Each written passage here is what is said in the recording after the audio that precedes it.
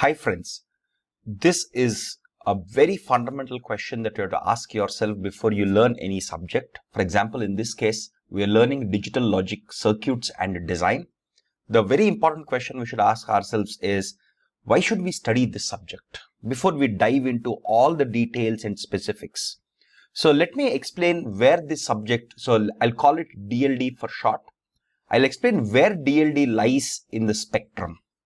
So in your BTech first year or even your MCA first year, you must have learnt about basic electronic circuits, right? So in your basic electronics courses, you might have learnt about diodes, transistors, amplifiers, oscillators, etc. Right? So if you think about it, all these are also called as analog circuits, right?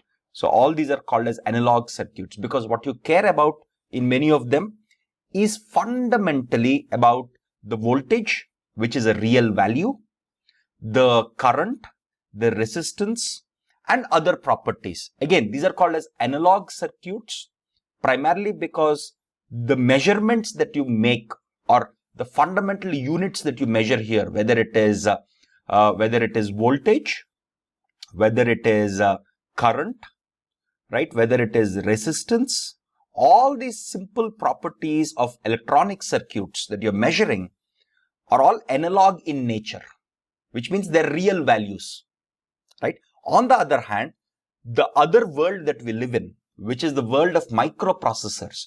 Again, for those of you who don't know what a microprocessor is, think about your Intel processors, your Intel i3, i5, AMD processors, ARM processors, all of them are called as microprocessors.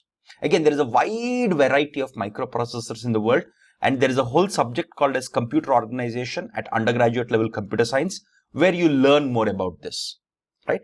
So if you think about a computer or a microprocessor based computer, what you'll see is you'll have a CPU, you'll have random access memory, you'll have some hard disk or solid state drive or pen drive, often called as disk, and you'll have IO devices, input output devices like your keyboards, mouse, printer, scanner, all of these things.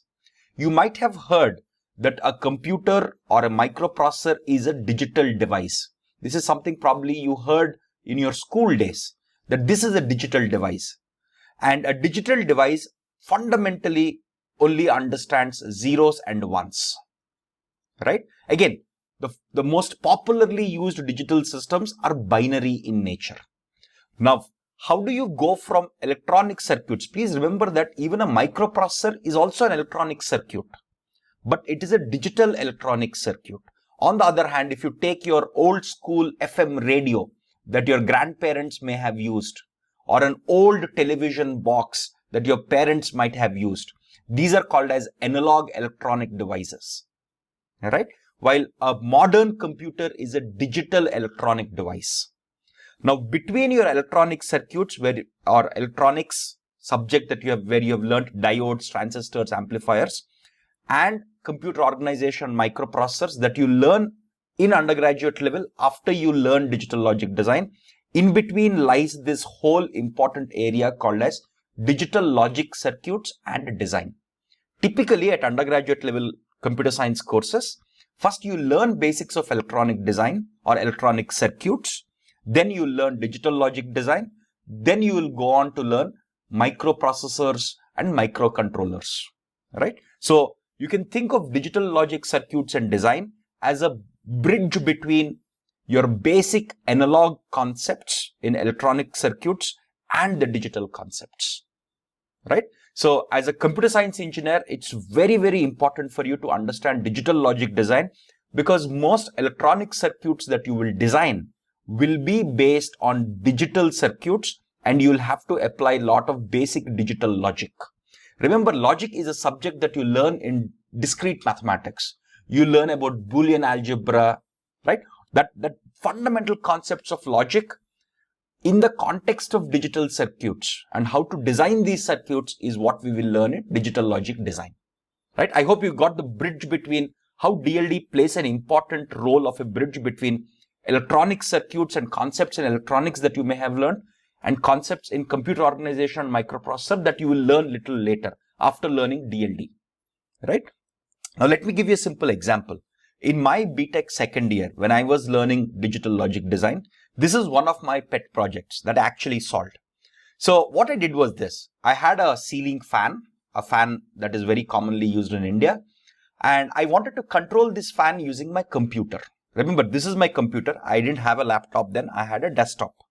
So from my desktop, I wanted to click on some button, and when I click on it, I wanted my fan to be turned off. Okay, and this is my fan switch, the physical switch that you have. Now, of course, I said, okay, I'm learning how to build digital circuits. Somehow, since my computer is a digital device, can I send a digital signal saying, turn on the fan, right? And can I now construct a circuit here, a digital circuit, which will turn on the fan, or if I want to turn it off, can I turn it off? Can I also control the speed at which my fan is rotating? This is actually a real project that I have done in my second year first semester during my BTech days.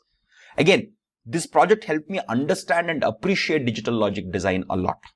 Typically, again, by the end of this whole subject, you will be able to build these circuits yourself.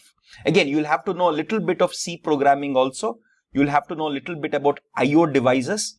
These are concepts, especially C programming, probably you learned in your BTech first year. IO devices is IO is a concept that you learn in your BTech probably second semester when you learn computer organization. So there are some additional concepts required, but the most important building block of solving this problem requires you to understand digital circuits and digital logic design. And one way I remember doing it many years ago is I took a very simple experimental board, often referred to as a breadboard. Again, this is not like a proper circuit board that you see in your computers or other electronic devices. It's not a circuit board. This is often referred to as a breadboard, which is often used for experimentation. So I took a breadboard, I placed some chips on it. These are all digital chips. I powered it using some 5-volt batteries, and then I controlled everything using my computer. Again, this was one of the most interesting hardware projects, especially as a BTech second year student, right? It was a fun project for me. Of course, I got shouted at by my parents for opening up all the switchboards in my home, especially close to the fan, and they were concerned that I might short circuit something or I might get shocked myself. But it was a great experiment in learning how to design digital circuits. You too, by the end of this subject, will be able to appreciate and think about designing similar circuits, much more complex than this, right? So fundamentally, if you think about it, if you want to be an IoT engineer in the future, right? IoT is going to be a big area of influence. And of course, whenever you want to build an Internet of Things type of system, there are broadly two ways of building it, right? One is to use a microprocessor based system wherein you have a processor. Of course, not necessarily an Intel based processor, but some processor like a Qualcomm processor that you may have in your smartphones, or an ARM processor, or some simpler processors. So whenever IoT systems are designed, if the logic is slightly complex, people typically use a microprocessor plus code that they write to make the microprocessor work in the way they want. But if you want to build simple IoT circuits or simple circuits like the one that I just mentioned, you don't require a microprocessor based digital system. You need a simple digital logic circuit. So one of the biggest applications or real world implications of learning digital logic design is if you want to build a non-microprocessor based, again, because you don't have a microprocessor, this will be cheaper. A simple digital logic circuit, you can build it in under 100 rupees or under $2, right? So you can build a very simple non-microprocessor based digital circuit which does something very interesting. Again, I remember this whole thing, I could build it because I had a breadboard already. All the chips, all the circuit that I needed, I could just build it in under 100 rupees or $2, right? So if you want to build a non-microprocessor based cheaper digital circuit, right, for any IoT application or any application where you want to control systems using hardware, digital logic circuits will play a very important role.